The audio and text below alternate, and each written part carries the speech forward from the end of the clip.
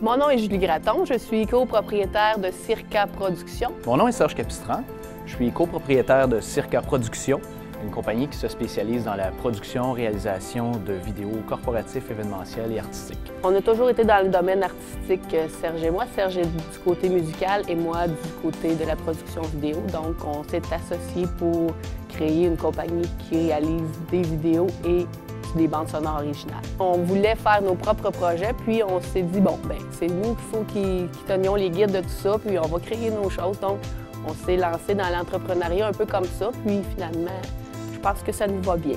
Ce qui distingue Circa, c'est d'abord et avant tout sa signature artistique.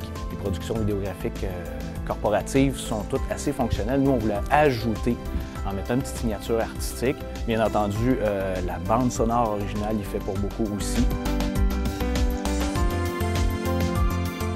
Le moment marquant, c'est un contrat qu'on a eu avec Azimut Productions pour un documentaire sur la restauration de la salle Georges Codeline. Alors, c'est un contrat quand même assez d'envergure, important et puis très motivant au niveau artistique. On est allé à Archives Canada consulter beaucoup de recherches. Je dirais que l'année dernière, c'était un déclencheur. J'ai fait un court-métrage sur les frères Simard pour l'exposition permanente au Biophare. C'est la première fois que Serge travaillait vraiment avec moi pour faire la bande sonore originale. Puis là, c'est là qu'on s'est dit, oh, ça serait intéressant. Ça nous a donné l'idée de partir Circa. Ce qui me rend le plus fier, c'est de voir la satisfaction d'un client, cette étincelle quand il se voit ou quand il voit son entreprise dans la réalisation vidéo.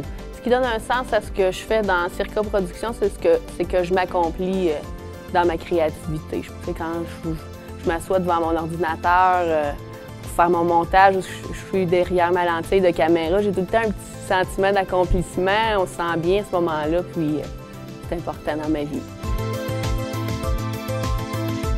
Le côté développement durable se traduit par notre implication au niveau social à travers notre entreprise. On a toujours gravité autour d'organismes comme Femmes Club, la soirée de financement d'Azimut, dernièrement Justice Alternative, on a aidé les jeunes. Ça, je pense que c'est important pour nous. On fait notre part dans notre milieu à travers ça.